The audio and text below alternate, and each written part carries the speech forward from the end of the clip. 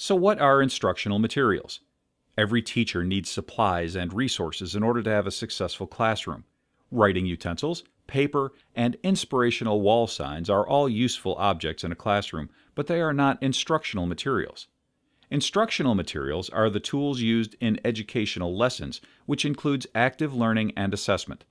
Basically, any resource a teacher uses to help him teach his students is an instructional material. There are many types of instructional materials, but let's look at some of the most common ones. Traditional resources include any textbooks and workbooks used in the classroom. For example, language arts classrooms almost always have literature textbooks, writing textbooks, and even vocabulary and spelling workbooks. In addition to these, traditional resources also include any supplemental reading material, like novels or poems outside of the textbook. These materials can really help to introduce new concepts to your students. For example, when learning the concept of theme, a literature textbook can provide numerous reading materials all displaying theme in different types of literature. In the same way, workbooks can give some useful basic practice activities for new vocabulary words or even writing activities that might be difficult for students. Then, when mastery is shown on a basic level, a teacher can introduce more challenging material related to that concept. To evaluate these traditional resources, the most important aspect is to make sure you choose material within the resource that appropriately relates to your learning objective. Most textbooks and workbooks have already been designed to align with certain educational standards and are therefore very reliable in regards to addressing classroom goals. Still, it is important to be sure to choose material within the textbooks that matches your specific learning objective. A second type of instructional material is the graphic organizer, which is any type of visual representation of information. Diagrams, charts, tables, flowcharts, and graphs are all examples of graphic organizers. For instance, in a math classroom, it is essential to use graphs on a coordinate plane when learning about the equation of a line so that students can actually see how a line is graphed. In language arts, Venn diagrams and plot diagrams are clear instructional tools to use when comparing or analyzing events in a piece of literature. All of these graphic organizers allow students to physically see relationships between ideas. This is imperative for learning, especially for students who are more visually oriented. Seeing a clear relationship is always easier than an abstract idea in your mind. In fact, having students create their own graphic organizer can be a great way to incorporate active learning. For instance, you can have students read a short story or even an informational article and then create their own visual representation of the information. This pushes students to internalize and apply the information, which requires more thought than simple recall. To evaluate your graphic organizers, the most important aspect is to make sure they support learning and are not merely creative distractions. Some materials can be very fun and interesting, but if they do not support learning, they should not be included in your lesson. For instance, a Venn diagram on two characters in the novel A Tale of Two Cities can be a nice visual, but this is a higher level novel and needs a more in-depth type of graphic organizer. At this level, a Venn diagram is just too simple.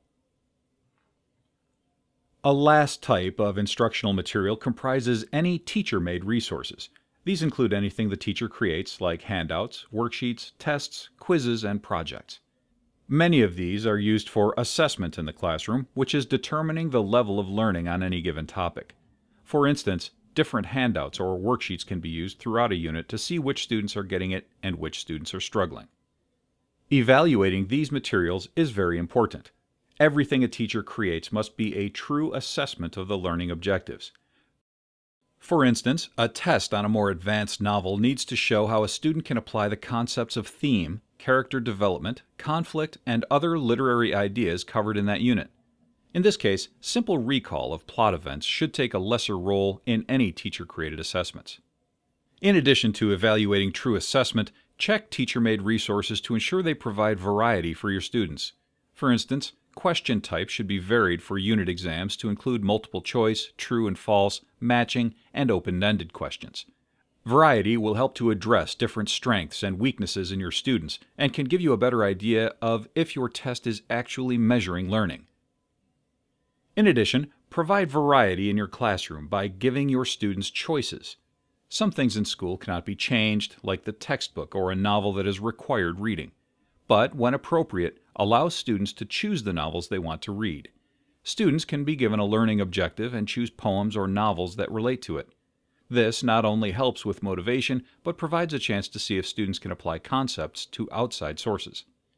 Lastly, you will have to provide variety to address those students with special needs. For students on an individualized education program, IEP, or any other kind of learning plan, be sure to consider each student's level of ability when creating instructional materials. For some, you may have to create a completely different text or handout. For others, you may have to merely cut out certain types of tasks. To review, instructional materials include any tools a teacher uses in his classroom to help foster learning.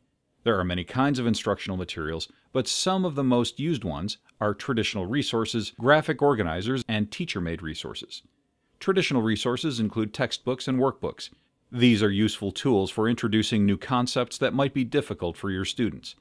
Graphic organizers include any visual representations of information.